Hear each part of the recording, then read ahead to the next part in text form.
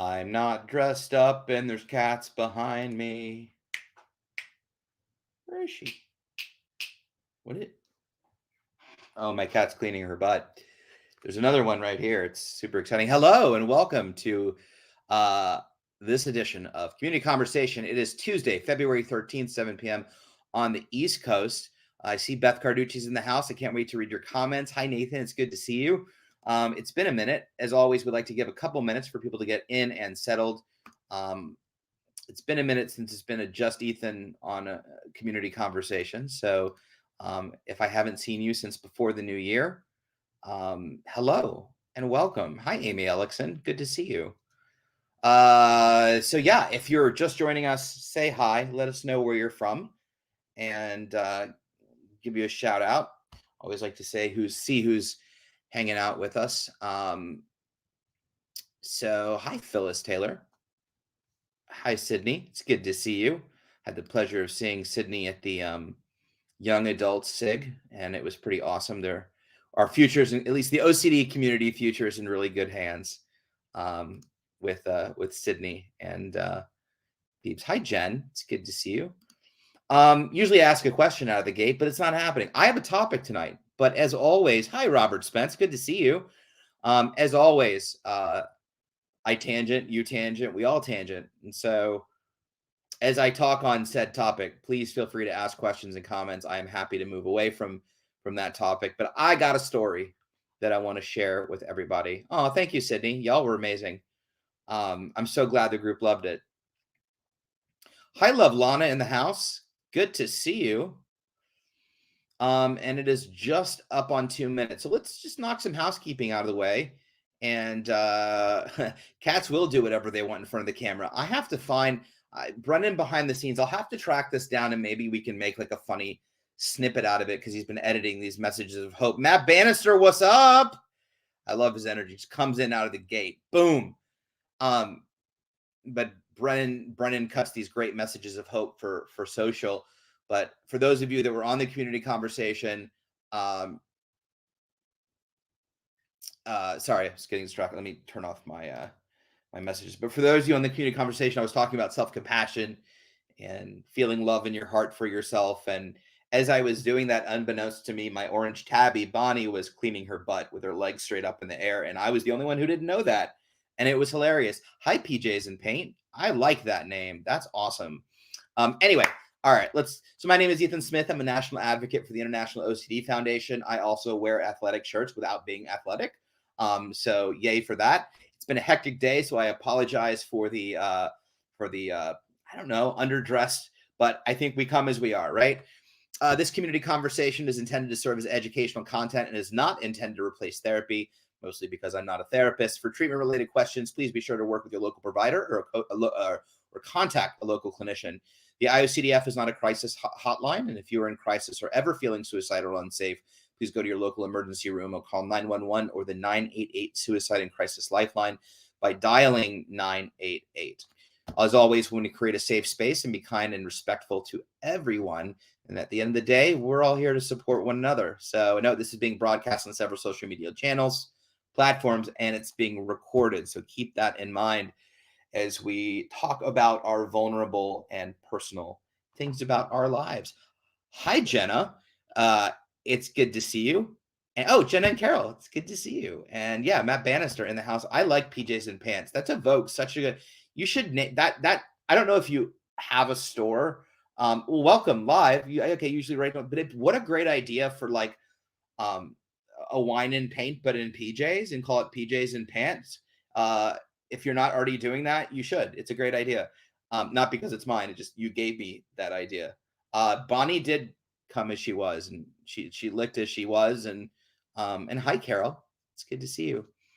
So as always, I want to ask you all how are you? How is your year starting out? What is new? What's on your mind? You know, this conversation is really just between you and I. We're all here to support each other. And so I'm curious to how all you're doing and if there's anything that's meaningful or specific to you that you want to talk about. With that, I do want to tell a little bit of a story. As you all know, I have health anxiety as one of my themes of OCD. Although I think some of the health anxiety is related to anxiety around health and not specific to OCD. But regardless, um, I struggle with that and somatic symptom disorder and things like that. Oh, I love that, Nathan. I want to hear about that. So stay tuned on that. I'm so excited you're starting ERP. Thank you for sharing that. Um, and so, as I've shared over the last few years, if you've been with me and if you're just hearing it for the first time, it has been a more challenging couple of years than usual with some health things popping up that have been legit. But of course, my brain has overly catastrophized them into I'm going to die tomorrow. And despite Cash's best attempt to kill me off, it hasn't happened yet. But regardless, my brain always catastrophizes something as simple as, you know, well, whatever it is, right? It's always immediately the worst case scenario. So I'm sorry to hear that, Jen. Yeah, we can definitely touch on that as well. I definitely had some rough patches in January. So yeah, and I think the trigger for my own health anxiety has been very obvious. It's been that life is beautiful, and when life is good, OCD loves to attack the things that you love most, right? And so in my case, it's my work, it's my advocacy, and my wife. So it makes sense that as like I'm upping the ante on my life and really embracing um, moving forward with uncertainty, my OCD is picking up as well, and so I can understand that and accept that, right, and let that be there while also choosing to move forward. So, as some of you may know, I went on my honeymoon in December with Katie. We went to Disney and then went on a cruise ship.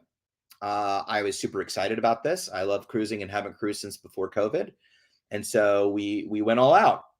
And I love that, Matt. So many things to talk on. I feel kind of selfish talking about this, but bear with me, because I think maybe hopefully y'all can relate. So obviously, um, in the last 4 years, I'd never had COVID. And COVID is obviously hi, Giannine. That's pretty, or maybe it's just Janine, but either way, the way you spell it's awesome. Okay, so I haven't had COVID in 4 years, and or since the onset, I'd never had COVID, and I have a history of asthma, and typically my colds become, bronchitis or upper respiratory infection. So I've always kind of had, a legit fear of like, okay, if I get COVID, how will my body respond? How will I respond? What will that be like? And also almost fearing um, my mental reaction to COVID, because when I get sick, I find it harder, and you may relate, or more challenging to fight OCD or anxiety, just because you're kind of beat down. So, but with that being said, super excited. Hi, Sam. And thank you I was excited to go on the cruise for sure. Um, so with that being said, I felt pretty confident, and we got both Katie and I got boosted about a month before we left on our honeymoon.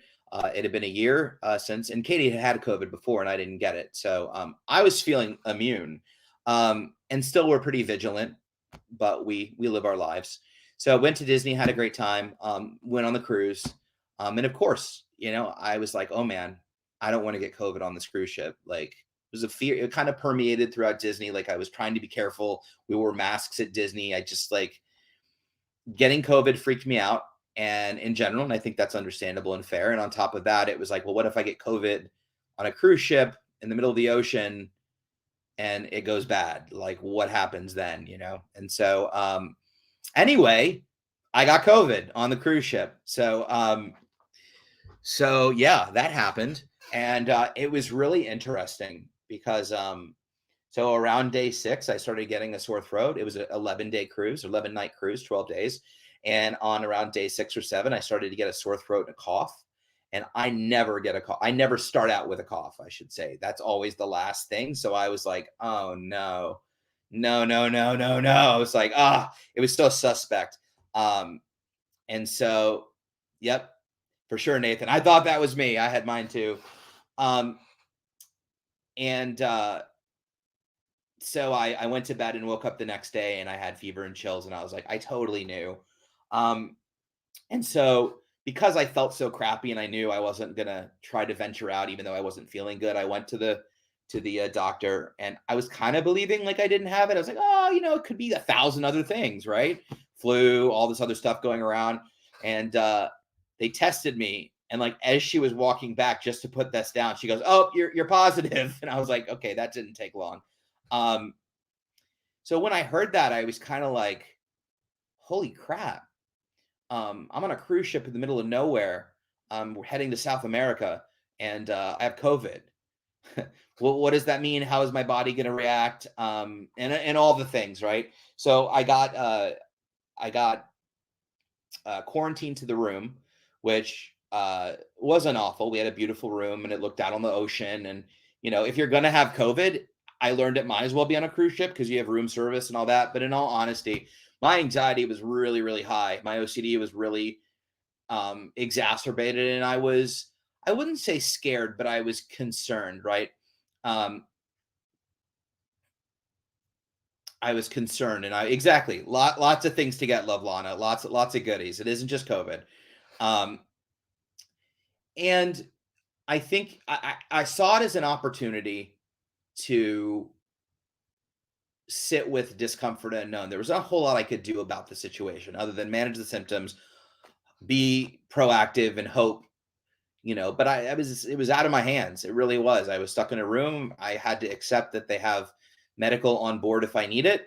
And other than that, I just kind of had to roll with it. It was really intense at times. And ironically, as OCD does so many times, it oftentimes ignores the actual threat and focuses on other things. And I found this to be really interesting in this case, because although COVID, threat is a larger term in this case, but I noticed my OCD popping up around all kinds of other things. I felt like, this is so weird. I had like a boil or a pimple on my thigh, and I was like, oh my God, it's MRSA. I was literally in bed telling Katie, what if I lose my leg? I'm going to lose my leg. I'm pretty certain I'm going to lose my leg. I have COVID. I'm not saying, I'm literally like latching on to all these other things, and I'm recognizing, gosh, there's all these other things that may or may not be. I do have COVID, but my OCD actually isn't attached to it. I was kind of like, yeah, I feel crappy, whatever. I'm sure I'll be fine. But what is this thing? And oh, my ear stopped up. Oh my God, tumor. Like it was weird. COVID just knocked my ability to live with distress tolerance, and pretty much anything that popped up, I was just latching onto, like serious game of whack-a-mole in a way that I hadn't had in a long time. Katie came down with COVID 3 days later. I will say she did go out on the islands while I was in bed, but that was great. I'm glad she had a good time running around and doing her thing. And we spent New Year's Eve together with COVID. I will say that it was the best New Year's Eve we've ever had. We were together. We were sick. We kind of laughed it off and did the best we could. Katie got a really mild case of COVID. I was really sick for about 2.5 weeks. Yeah, it was really challenging. It was really challenging for sure. With that being said, though, I'm rambling, of course, as we do when I'm tired. But I think the lesson here is the worst thing happened in my mind in this time. I was worried that before the trip, I was worried at Disney. I was worried, like, what if I get COVID? What if I get COVID on the cruise? What if I get COVID on the cruise? I got COVID on the cruise. And while COVID sucked, getting it on a cruise or not, it wasn't a big deal. It really wasn't. And I could sit here and say, oh, it could have gone in various different ways, but I'm glad I have a partner in my ramble, Sam.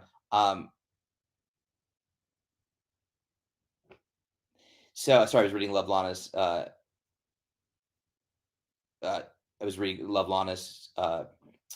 comment, but I kind of recognized where it was, and when I got home, I had relief that I was back on land.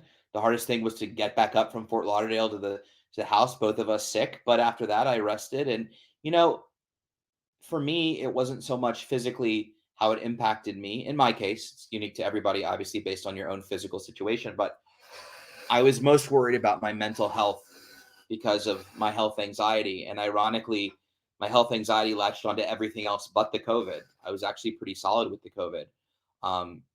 But as far as the worst case scenario, it didn't happen in regards to COVID. I had pictured myself gasping for air on the deck, unable to breathe, needing, a ventilator and everything else, and they didn't have it on the ship, and I would die. And it turns out none of that happened. It didn't even come close to that. And so, not minimizing COVID. I mean, obviously, it's been horrendous for many years, but needless to say, OCD created something much larger in my head that it ended up being. And I was pretty proud of myself for navigating. And yes, my OCD upticked, but I was able to recognize it for what it was, understand what the triggers were, and move forward. Doesn't mean it wasn't perfect or I was perfect in handling it, but it was interesting. So I definitely was a fascinating experience in terms of worst case scenario happening, my fear getting COVID, and navigating it. So any questions, comments, concerns? I really want to talk to you all. Robert Spence asked me if it brought on my vertigo, and I know that the new strain has vertigo associated with it. It actually did not, thank gosh. And neither did the cruise or anything else. My vertigo was actually really well managed, so I had no issues with that. But I do know, Love Lana said that they had vertigo with it, so I do know that it's a component of it. Unfortunately, I will say you definitely feel the boat rocking when your head is completely stopped up. Okay, wait, I just thought of a funny story, and then we'll get to comments. And I apologize for the tangent, but and thank you everyone. So I couldn't breathe through my nose, and if those of you who know are aware, whether I don't know if they sell it outside the States, but it's Afrin, and you spray it in your nose, and it's a magical nose spray that opens up everything, and you can breathe fantastically, and you can only use it for 3 days, but it is literally like a gift from the gods. It is amazing. So we're in, I think, no, we're in Curacao, which is a Dutch island just north of South America, just north of Colombia. And I started looking up drugstores on the internet, and Katie on the internet online, and Katie surprised me. She went out for a run. She came back and she brought me the Dutch version of Afrin, and I couldn't read it. So of course I was like, what is this? For me at least, I have OCD, and so like if I don't recognize it and things are off and not what I used to, I'm like, maybe I shouldn't use that. So she brought this, and I started Googling the ingredients to make sure that it was what I thought it was. But when I opened it, it didn't have any security stuff on it. It just, the box opened, and then the nose spray was there, and you used it. And I was like, I'm sharing this with y'all. I'm not using this. Like, there's no, like, I'm used to security stuff. You pull things apart, you open it up. Somebody else didn't have it up their nose, or at least the medicine is in there. Katie was so pissed off because she ran into a not so great area to like find this drugstore to get me this Dutch Afrin. And I was basically like, no, I'm not using it. I'll just not breathe because my nose was completely stopped up. I'm going to ask you all, here's a poll. Would you have used the Afrin? You're in a foreign country. You get a nose spray. It's not sealed. Doesn't have the secure stuff on it. Do you use it or do you not use it? Please put yes or no in the comments. See, that's what Katie gave me so much. Thank you. Katie gave me so much crap, but I'm like, I'm not using this. I don't know where it's from. I don't know anything. The irony is I then called the ship and they're like, we have Afrin. And I'm like, of course they have Afrin. And it was sealed. And I was like, aha,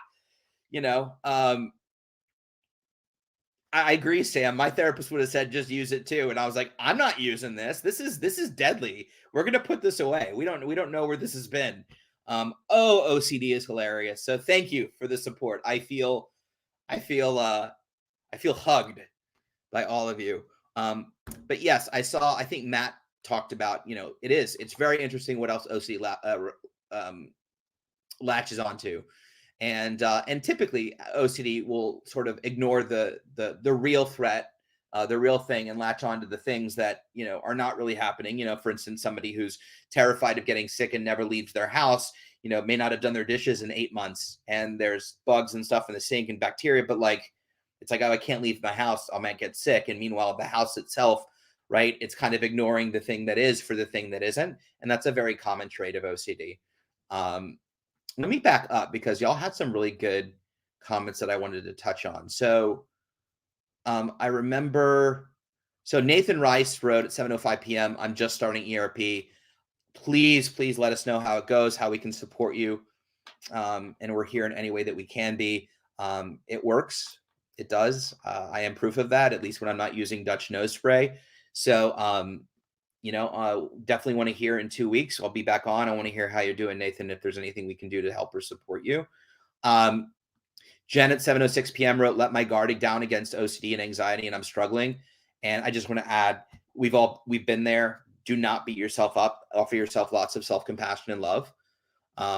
I know that when I struggle, I stigmatize and I beat myself up, and that doesn't get us anywhere. I think it's par for the course, and there's could be a million triggers or reasons or stressors why you did, but tomorrow's a new day, and you can put your guard back up, right? And we can start trying to resist compulsions.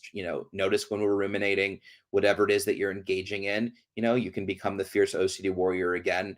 And it cycles. It does. It's this. Just like any other thing, and you can have good days and bad days, and there doesn't necessarily have to be a reason why OCD decides to get loud, although stress, of course, exacerbates it. So I'm sorry you're struggling, Jen, but I would encourage you to be willing to be scared and sit with the icky feeling, as Katie says, stick with the ick, and move toward your values, and you got this for sure. Matt Bannister, 7:06 p.m. going on the board. I've just started my peer support career with OCD community, and I'm loving every moment. It's truly the dream career. Matt, I love that for you. And I know everyone here does. Everyone at the IOCDF does. We're so proud of you and excited to hear so much more. You support all of us just with your energy and your comments. We've never heard your voice. So I think anyone who enters your orbit and that you work with is a very fortunate individual, as I feel to be your friend. So congratulations, and we give you lots of love for that. Amy Ellickson at 7:08 p.m. wrote, I've been getting lambasted lately for advocating for people with taboo themes. Too bad that's not going to stop me. I love that. Taboo themes is tricky.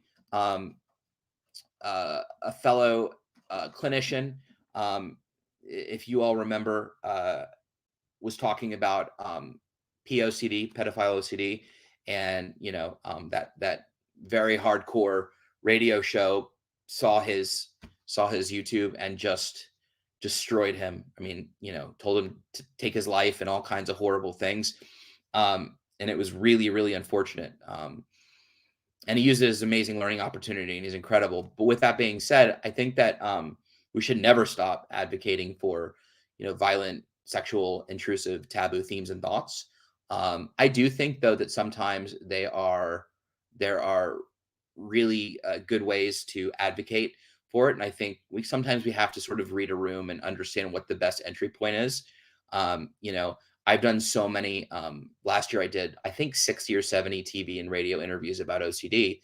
And, when we're coming out of the gate, and Amy, I'm not suggesting that this is your circumstance. I'm so glad you're doing that. But, when they're talking to me about OCD, it's like, I choose not to talk about it on radio and television because most likely they're going to latch on to the drama of it, or because it sounds sensational, they're going to miss things that I've said, and they're going to use it against me and use it against the community. Right.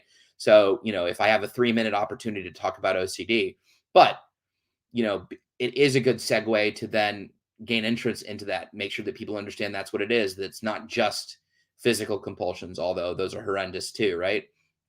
And so, we can never stop, but there is, I believe, and this is just speaking for myself, I think there is, substantial amounts of more stigma around specific symptoms and subtypes. I'm not suggesting that those subtypes and symptoms aren't as treatable. They're 100% are, right? But I think the way the world reacts to those is different. Somebody who says, I'm afraid I'm going to touch my child and sexually versus I wash my hands, they're equally painful to the individual, but the world hears them completely different. And I think we have to adapt to how we advocate. But I love that, Amy. You're a badass. I agree. Amy, Lovelana said, Amy, trust yourself. I love that. Let's see here. Oh, Melissa is in the house. Hey, Melissa, I'm sorry I didn't say hi to you. Scrolling back down now. Nikki Bradley's in the house from Dublin, 7:15 p.m. Hey, Ethan, everyone, haven't been on for a while as I've been in hospital with a broken ankle. So sorry you both got COVID on. Oh, I hope you're feeling better. I'm so sorry you broke. So that begs the question: how did you break your ankle? If you're okay to share. Um, and I agree, the boosters do work. I think that it would have been way worse had I not had the booster, and the doctors told me that. So I was super glad I got vaccinated. Um, Yes, and we're back. I want to make sure I get to everybody's comments and questions. So Matt wrote, "It's so interesting how OCD latches onto everything, but not what we may think might be the most triggering thing at first." Absolutely. All right, and we're back to Dutch Afrin. Um, I love that. That's hilarious. The frustrating thing is I wanted to take it back. I want to take it home as like a keepsake, but you can't bring open medication, open, I didn't use it, through customs. And then it ended up that because we had COVID, we bypassed customs and they just let us out on the terminal. At which point I was like, so wait a second. If I say I have COVID, I can skip customs because there's a business here. Do not do that. But I was upset because I could have brought my Dutch Afrin. I could have showed it to you. If we played a game of one of our OCD games. I'm so tired. I don't even know what I'm talking about right now. What do we do? The 10 items that we have to go find stuff. The Katie always does these games. Anyway, if somebody asked for Dutch Afrin, I would have it. All right, let's scroll back down. Yeah. Robert Spence says, I think I would have used it, but you could have probably talked me out of it. Sam Fadden wrote, ERP works, but not if Dutch nose spray is involved. That is true. I desperately wanted to use it and I almost did. And I didn't. And here's the reality of it. It was probably fine. And my wise mind was probably saying, Ethan, you feel miserable and this will help. And I completely ignored it. I don't have 100% certainty around that. I didn't Google. Trust me, I thought about Googling other Dutch nose sprays and like Googling Dutch nose spray, security wrap, this brand, blah, blah, blah. And I was like, I don't want to go down that rabbit hole. But yeah.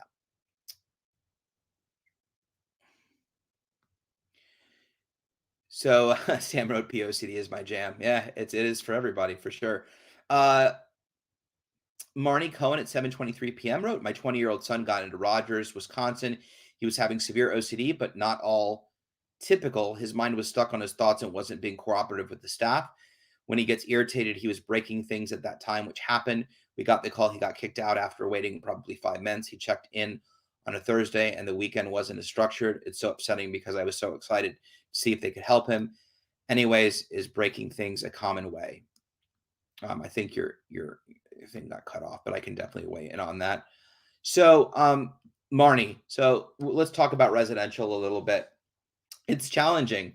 And incidentally, I'll just start with, I was kicked out of residential treatment when I was in 2011, when I was seeking treatment as well. Residential is a challenging situation because, just to give some context, residential programs, there's 4 or 5 of them, in the country. And I'm so sorry if I see distracted. I'm in the middle of a million things. And despite me, I can put this in silent mode. Hold on, please. I'm going to put me in focus mode so I can stop being bothered, which is really irritating me.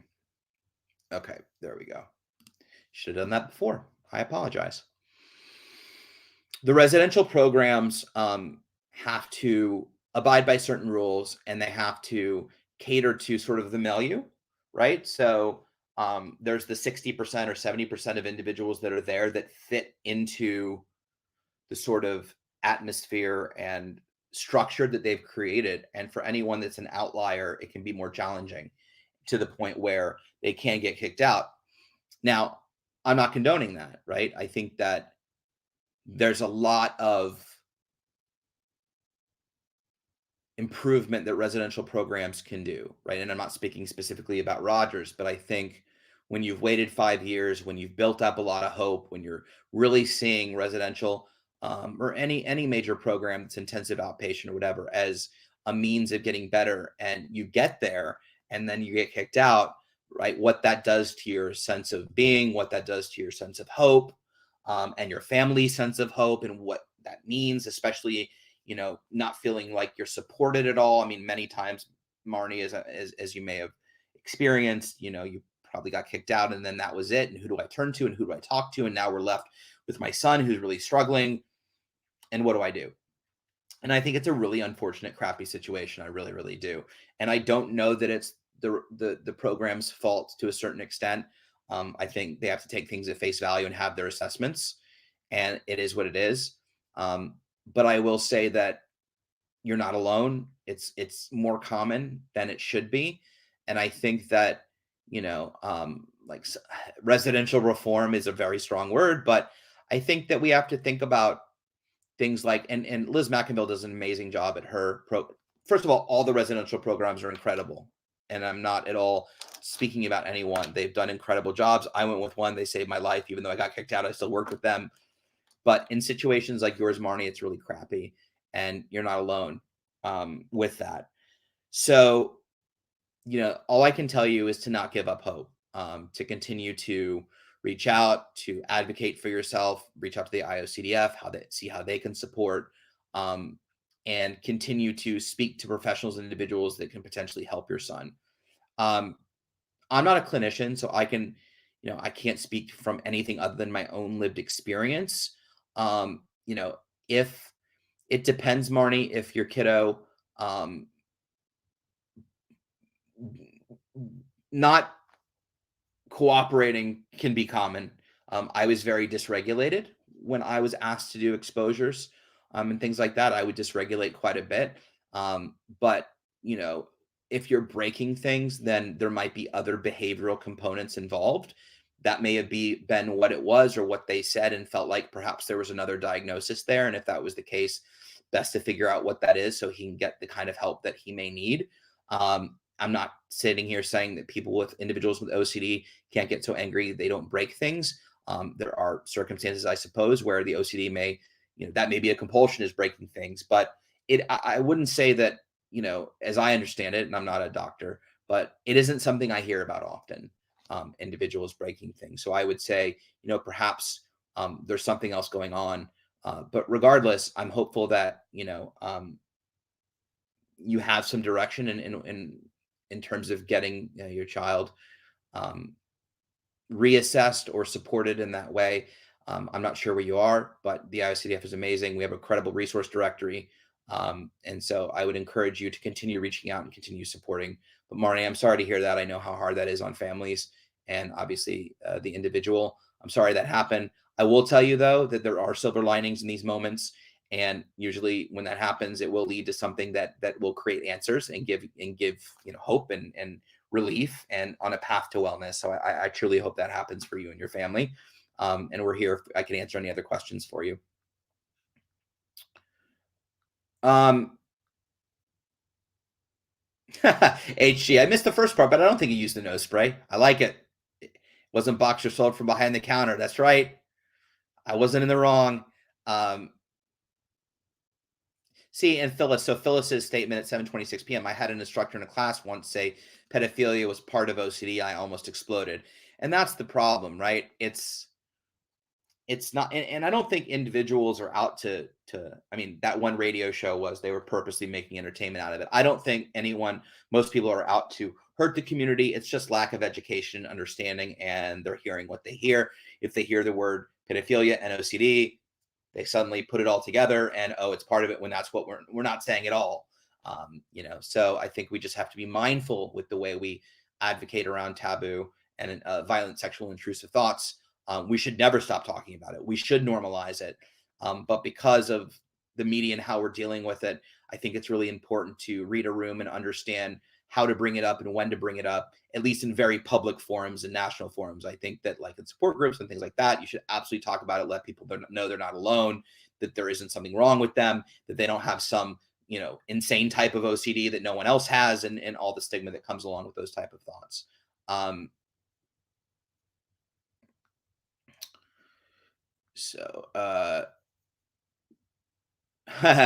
So Sam Fadden at 7:28 p.m. wrote, Ethan, you threw yourself into a snowbank at the OCDI, right? So, okay, so you opened the can of worms. So if you don't know my story, when I said I got kicked out, and I'll make this short, I was at the OCDI for 2.5 months. That was after 10 months of intensive outpatient treatment. And I was asked at the time, I was deathly afraid of hitting my head. If I hit my head, I was going to have a brain bleed and I was going to die. And it wasn't just hitting my head on things. I was afraid that if I would make a fist and hit my head, that I would cause a brain bleed. So it was January 2nd, 2011. It was the day after the New Year and New Year's Day. And I did an ERP for the first time where I had to hit my head with my fist. And my behavioral therapist, I wouldn't do it. And finally I did it. And he's like, great. Now go to town and get a haircut, go grocery shopping, and live into your values, even though you're experiencing discomfort and anxiety. So I went down to town and got a haircut. And as I was getting the haircut, I thought to myself, oh my gosh, I actually hit my head. I don't think I hit my head. I actually hit my head. So I could have a brain bleed and may die. And I can't let that happen. I jumped out of the seat, the chair, the haircut, ran out. I don't think I even paid. I was halfway through the haircut. I can't imagine what my hair looked like. And I had a health contract in place where I wasn't allowed to go to the doctor or hospital without the team's permission. But of course, our community, us, are extremely creative and extremely intelligent. And I immediately thought, well, there's nothing in the contract that says that the hospital can't come to me. I didn't go to the hospital, so that's not breaking it. So I decided to fake an accident where I took a rock and cut open my head. That wasn't to hurt myself. That was just to sell the idea that I had slipped on the ice and hit my head. So I cut my head open and then I walked and found a quiet street and I laid face down in a snowbank and pretended to be unconscious until a passerby walked by and found me and tried to wake me up and couldn't and called 911. And that's what happened. And so because I was an actor and all this stuff, I rolled my eyes and made faces and moans, and they were like, oh my gosh, he hit his head on the ice. We have to take him to the hospital and get a CAT scan, which is exactly what I wanted. I wanted a CAT scan to make sure that I didn't have a brain bleed so I could be okay. And so, yeah, so that's what happened. And what's crazy is that after I did all of that, when I got back to the IOCDF, I felt like I didn't do anything wrong, right? It was the equivalent of washing my hands. Okay, I feel better now. What's going on? What are we doing tonight? What's for dinner? It's concerning, right? So needless to say, I got kicked out a few weeks later, but we did have a plan in place, and that plan was a major intervention that would forever change my life. And if you would like to hear the rest of the story, Brennan can put a link to my keynote speech from 2014 where I go into detail. But if you hadn't heard that story, yes, I dove into a snowbank pretending to be unconscious, and the links we'll go to satisfy our OCD and compulse. It's pretty remarkable. But as I like to say, now I like to use my powers for good. And instead of being creative and to satisfy my OCD, I try to be creative in work and in marriage and in life and support all of you. So, oh no, Beth, I haven't read. Did you recently? Oh, a long time ago. Well, breaking your hand. Okay. Gotcha. And there's Nikki. Foot slipped on pavement and landed my whole weight on my foot. Don't come to Dublin. It's too dangerous. Oh, I'm so sorry. I hope you're feeling better and you heal quick. Ugh. Kendra, 7:31 p.m. OCD challenge by Liz McInville. Is it for teens? Can my 15-year-old daughter try that online challenge? That's a great question, Kendra. I honestly, does it give an age online? That's a great question. I honestly don't know. But I can definitely get you that answer. So if it doesn't say so online, and Brennan, I don't know if we can reach out, but we'll get you that answer. I'll give out my email at the end of this, and you can email me and ask, and I'll ask Liz. Actually, I'll just text Liz right now and ask her real quick as long as we're here. Keep it live. Let's see, on a live stream,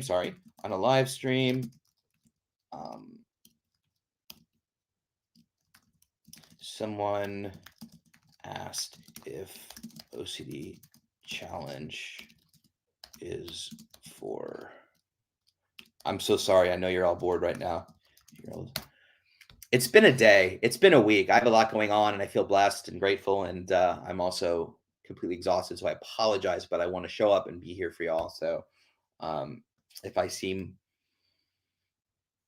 interesting, it's because I am. So I just texted Liz, and we'll find out. Let's see here. Stacy Hirschman, Ethan, where are the programming for OCD and spectrum for life skills? It is so limited. Yeah, I agree. I think there's more. Sorry, you're asking specifically for the IOCDF, where are the programming for OCD and spectrum for life skills? Okay, okay. We have some really good streams on it, and we can definitely send you some links. And also, yeah, there's so many things that are so important to so many individuals, and we need to, we have an incredible new executive director, and we have an amazing staff. I don't work there, but there's an amazing staff at the IOCDF. And what I can tell you all, if you're listening, is um, I've never seen such a cohesive unit as we have right now at the IOCDF. I think they're amazing, and what they're putting into place is going to be incredible. And I truly think will change the advocacy, outreach, really stomping out OCD, becoming a huge international presence too. Um, OCD and autism, and I think it's just going to take time. And I know we've talked about patients in the past, but they really have an incredible team there. And I'm not just saying that. And so I am extremely hopeful for what's to come. And so I know there's frustration around various things that we can all be doing better. And I wholeheartedly agree with you. But you know me, I'll always shoot you straight. And I truly believe, I can't give you certainty, but I truly believe that we're headed in the right direction. But Stacy, as always, thank you for letting us know. I'll make the note, and we'll talk about creating some more programming around that, because I think that is absolutely necessary. So thank you for sharing that. 7:31 p.m. My daughter, who's 12, has suffered from OCD for years now. It's been difficult to find affordable help and advocate for her at school, as OCD is difficult to understand, sadly. Gara, there is the IOCDF has a link called a website called OCD and Anxiety in the Classroom. Gives a lot of insight and understanding on how to advocate for your kids, as well as insight about navigating school and OCD. Brendan, if you wouldn't mind putting a link for Gara into the comment thread about anxiety in the classroom, I think you'll find it as a really helpful resource. Also, again, the resource directory, we can put a link to that. There's some amazing therapists for kiddos, but also, yes, it is expensive and is hard to it isn't always affordable. And I think that is something we're working hard to address, is the affordability and the access to care, and making sure that everyone can access it at a price that is affordable. So we're working hard at that. And there are some creative approaches that you can take. I don't know where you are, if you're in the States or international, but there are things that can be done to navigate the system so you can get covered by your insurance, or get a sliding scale or a reduced rate. And so, continue advocating. But I think anxiety in the classroom would be a good resource for you and your family. 7:32 p.m. Kendra, refusing therapy right now, so thought the online challenge may be a help. Yeah, if they're refusing therapy, I mean, it's such a tough age. On one hand, you do have the control because you're the parent, right? So, and on the other hand, there's only so many things you can take away, or create systematic pressure to move toward, a healthy option. I think forcing treatment is challenging even at that age, and probably won't work. There may be other avenues to pursue, and OCD challenge may be an option. She hasn't texted me back yet, and I'll let you know regardless if you just email me when I give it out at the end.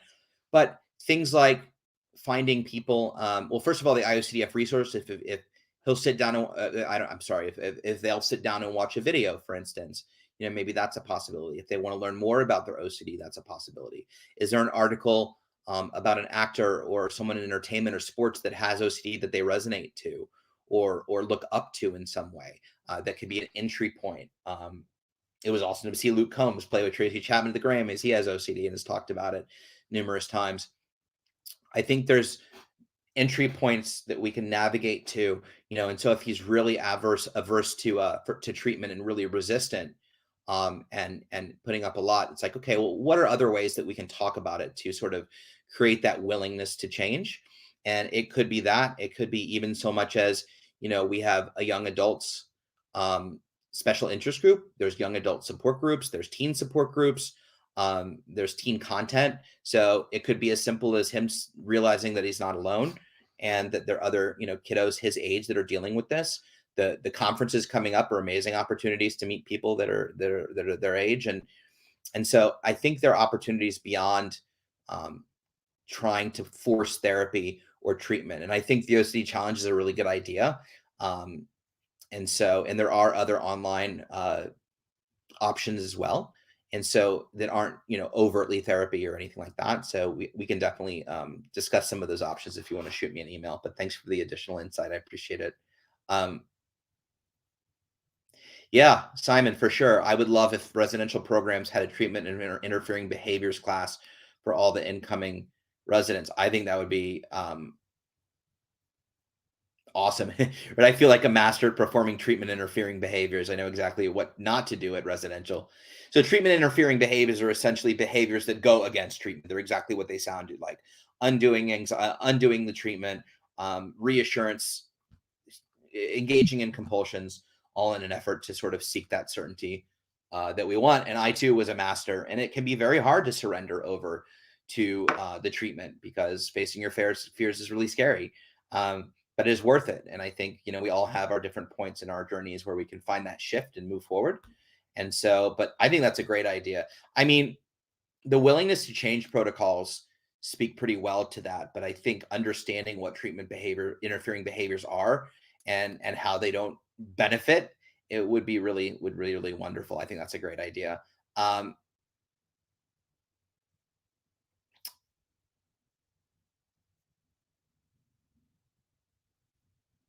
Sorry, I was just reading other people's ignorant. Amy wrote, ignorance is always bliss. This person was convinced I was condemned to hell for my advocacy and repeating what OCD experts say about it. Yeah, that's unfortunate. I'm sorry you're going through that, Amy. um and I think we're just going to get individuals that don't understand, and that's okay. They don't have to, but also, you don't deserve to take the brunt of that either. So, next time I see you on support, we can talk more about how to advocate, or I should say, you're doing an amazing job. But I meant other ways to advocate around taboo themes, and talk about some strategies and skills for sure. And Beth Carducci killing it in the stores. I read your earlier comments. Congratulations. I am so proud of you, and you inspire me every day, and you inspire everyone here. So you're a rock star. And thank you for continuing to kick butt, take names. I know it isn't perfect, but you're doing awesome. Excuse me. Let's see here. Um, oh, Marnie wrote, I believe I heard your story from Dr. Spielman. Not sure if you are the person. I am the person. In fact, I saw Dr. Spielman in the late 2000s at his clinic then, and he treated me for a while before I went up to residential. So that would be me, Marnie. Um, that would be me. My snowbank precedes me. My snowbank reputation precedes me. Jen at 7:40 p.m. wrote, "How do I find more online groups? I hear them randomly discussed on here.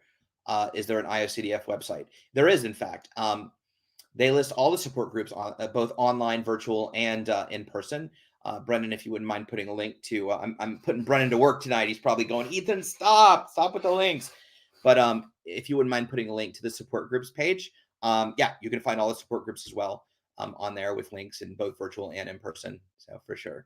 And thank you, Love Lana. I appreciate it. I'm sitting here. I have to be honest, I'm ruminating as I'm talking, which is why I sound distracted. Um, I have some exciting projects going on, but I haven't slept a lot and I've been working a ton. So I feel a little bit manic and I feel like I'm talking all over the place. And I'm like, I was thinking to myself, what do I look like on this stream? Because I'm just pretty much exhausted at this point. But you all ground me and you support me and you give me perspective and you give me hope. And I mean, as much as I hope you feel that I support you, I want you all to know that you support me. And so, I take these very seriously. I love spending time with you all. I love having these conversations.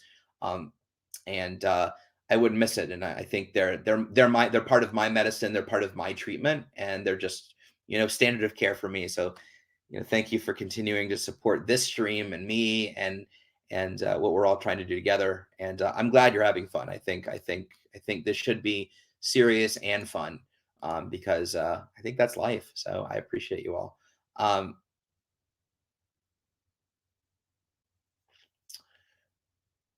so okay, so yeah, I think a couple people are asking about OCD challenge. So Brennan If you wouldn't mind putting a link to Liz's OCD challenge in the website, that would be awesome. I mean, in the comment thread. Thank you so much. Um, is there a link to Ethan's story? Yeah, like I said, I've probably made Brendan crazy and I haven't scrolled down here. But if you Google Ethan Smith keynote, my keynote speech from 2014 at the IOCDF live conference in LA will come up, and you can hear my story and see some. I have some footage of when I was in treatment. I was thinner and my hair had color, like I think it was brown. I don't remember. It's been a minute, but anyway, yeah, you can hear my story for sure. And maybe you tell me. I mean, I'm also happy to share my entire story. It's been a minute. So for those of you, feel free to put in the comment if you would like maybe next community conversations to share my entire story. I would be more than happy to do that. I always just assume that somebody's heard it somewhere and I don't want to repeat myself. I really want to make sure that you all get your answers, your questions answered, and make sure that you all are doing well. So let me know if that's something you want. I'd be more than happy to share it next time. 7:43 p.m. Sam Fadden said, Ethan, I also have a lot of links and connections for anxiety in classroom settings as I work at McLean's Therapeutic Day School for kiddos in chronic absenteeism and severe anxiety in the classroom. That's amazing, Sam. So, Sam, I'm going to go back up real quick here because I apologize. Who was, well, if you commented, I am so sorry. I apologize for not remembering.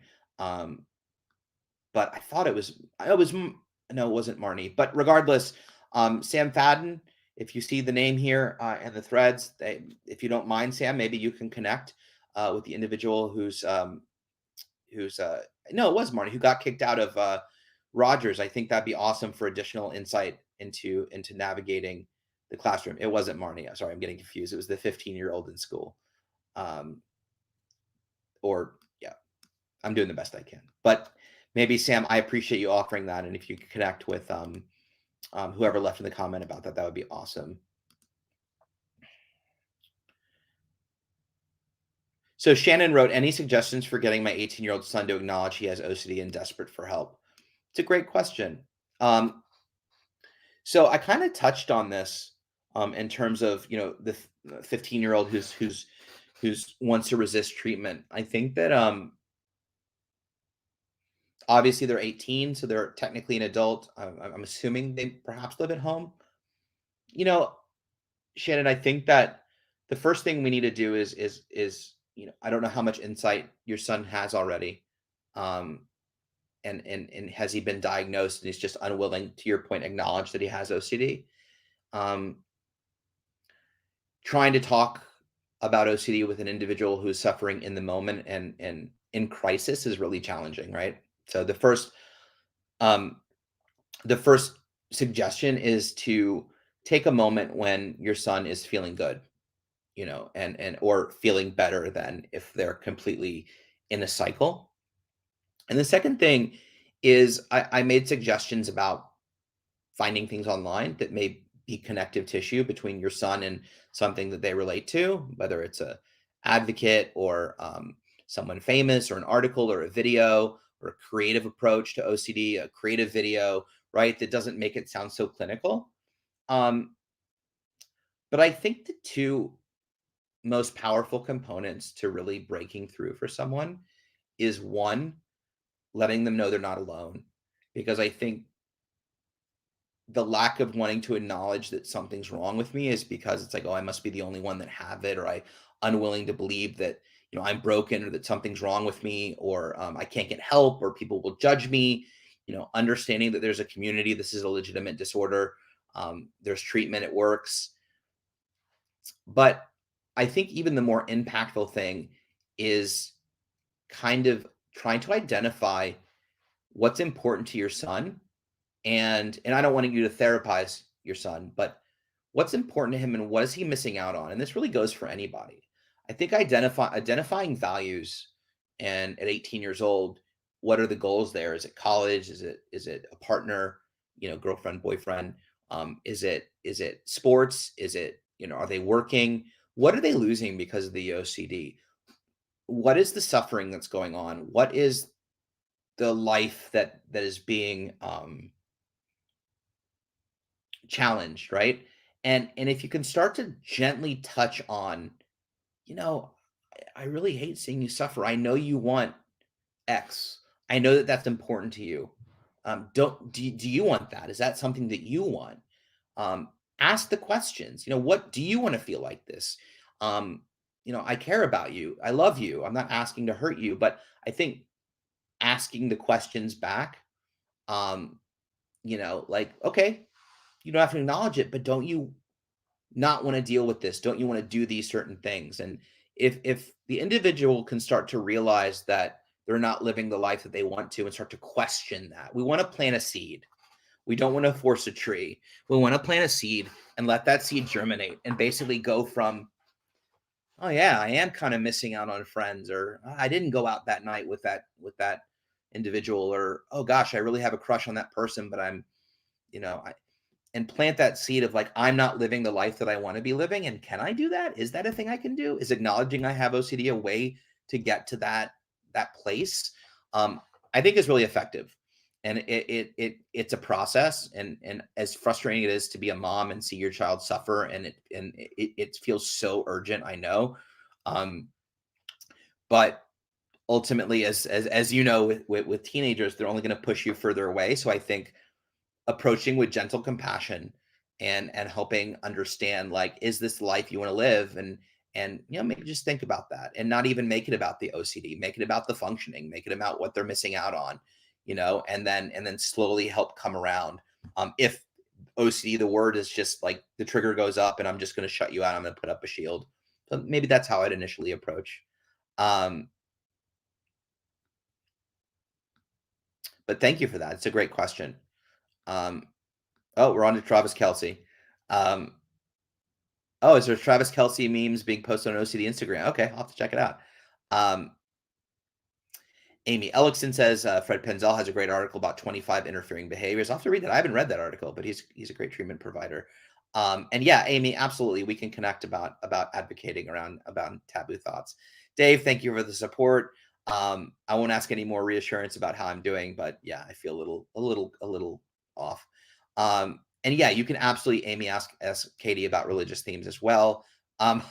Robert Spence says, do you still hear your OCD voice as Bernie Sanders? So I think it's important to identify your OCD and kind of name it and hear a voice with it, because then, determining when it is and isn't OCD makes it a lot easier. I've said in the past that my voice sounds like Bernie Sanders, and that's a great question. I don't know.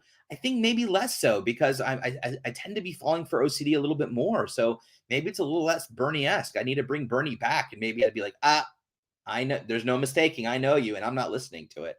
But that's hilarious. Thank you for remembering. Matt Bannister, we're coming up on time, but I want to try to get to the rest of these comments. Random question: do you like gaming? If so, I'm making a game support group, and I would love to have you on. I don't game, but I do love video games, and I play from time to time. I'd be Matt. You have my support in any way you need. Just say the word. Let me know. I'm there. Oh, Stacy, I got you. Ethan, I'm sorry if I wasn't clear. The IOCDF is doing a great job. It is the frustration of lack of peer supports and life skill supports on a state level. But also, like, I think we can we can go after legislation. We can speak to our. I totally agree with you on the state as possible. And actually, there's a new website on the IOCDF. Brennan, if you wouldn't mind finding the link, I'm still going to get in trouble at the end of this thing. But for those of you that are interested in raising awareness at the state level and with legislation, with congressmen, they have an amazing page that is still in process. Justine DeJager, an IOCDF advocate, helped create this page. She's a lawyer in Canada. And it creates form letters and templates for you to be able to contact your local congressman if you're in the States, and email them. And it really kind of breaks down the hard work for you, so you can really just touch base, and we can start creating these things that are so necessary. I totally agree with you. Helen says, my child watches Natasha Daniels YouTube videos on OCD. It's been a huge help to her and her understanding of OCD. Highly recommended. Incidentally, Helen and Natasha Daniels will be on a live stream on Thursday. We have our monthly Supporting Our Families live stream with Chris Bear, and Natasha's his guest at 7 p.m. Thursday. I totally agree. She's phenomenal. So if you want to ask her questions or tune in, and I'll repeat that again at the end. We're at 8 o'clock. I just want to quickly scroll down.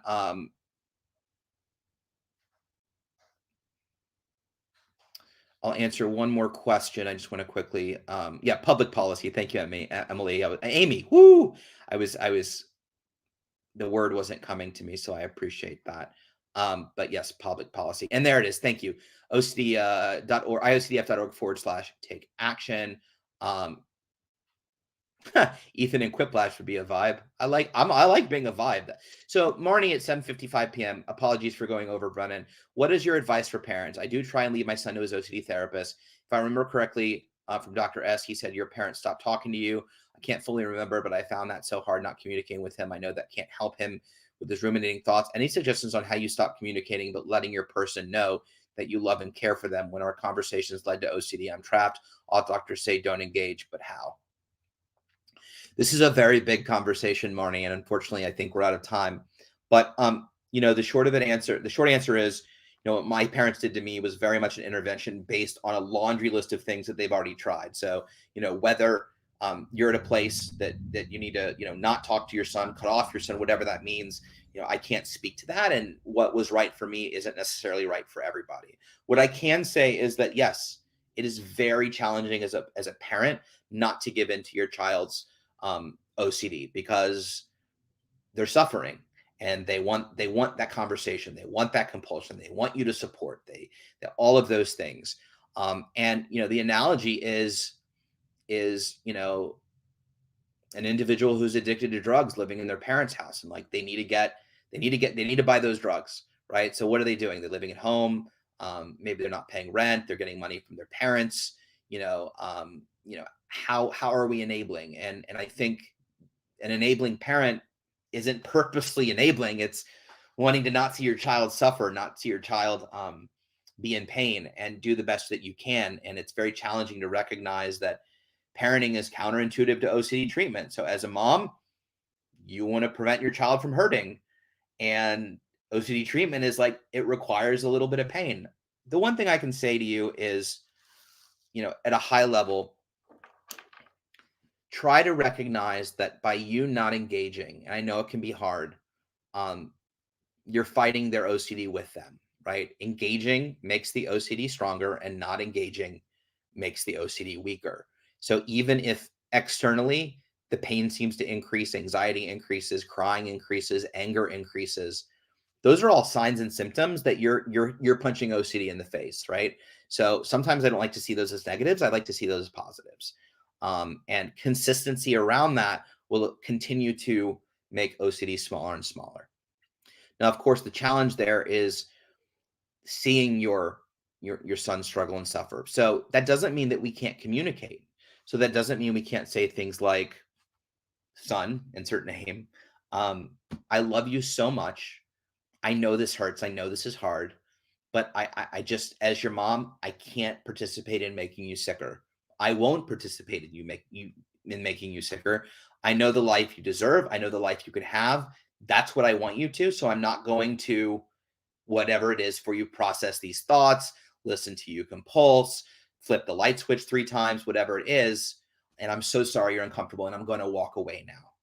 And that's all you can do. And then you have to go back to your life, because OCD is very much a family disorder, right? And my parents weren't married to themselves. They were married to my OCD. And it really became about, who they were to each other again, and not being married to my OCD. I was an adult child. Doesn't mean it doesn't mean immediately cutting everyone off. But it means, like, what's the systematic approach to slowly getting to a place where, at a certain point, a line has to be drawn. But it's different for everybody, and you can't do it without support of a treatment provider. But those are my initial thoughts, which is just always let them know, you love and care about them, and you're doing this in their best interest. They may not see it now, but it's just the facts. And take comfort in knowing that you're doing what you can to help your son get better. And try not to experience, I mean, your feelings are valid, but understand that the anger and frustration that your son may be exhibiting toward you is the OCD. It's not actually your son, right? It's the OCD responding to you not giving it oxygen, and it's fire. But Marnie, we can definitely get into more detail. I'll give out my email at the end. Wow, you guys left a lot more comments. Y'all are awesome tonight. Okay, with that, I'm going to wrap up because I know we're out of time. So if I didn't get to your question, I apologize. Hang on, I'll give out my email. We'll get back to emailing this year. I apologize if I didn't respond to your email previously. So thank you, Brennan, so much for being behind the scenes and providing thousands of links. Please don't yell at me in the next 3 minutes. Tomorrow, Research Roundtable with Kyle, 12 p.m. Eastern. Thursday, as I said, Supporting Our Families with Chris Baer. Natasha Daniels is the guest. So we have tons of programming this week. Upcoming, we'd love to hear from you. Take our live stream survey to tell us what you'd like to see on this platform. We look forward to your feedback. I can tell you now, we're planning. So if you want to see something, if you want to hear something, go to iocdf.org/live stream survey. We'll put a link and let us know the topics that you want to hear because we want to know what you want. We don't want to just come up with stuff. So your feedback is really important. Also, registration for our online BDD conference is open. The online BDD conference offers an opportunity for professionals to learn how to treat individuals with body dysmorphic disorder. And you can learn more and register at iocdf.org/BDDcon. And finally, be sure to subscribe and follow on all the social media channels so you're notified when we go live or if anything happening. Lots of good stuff. Hey, thank you tonight. I appreciate y'all. It was good to be back in the saddle. It was a great conversation.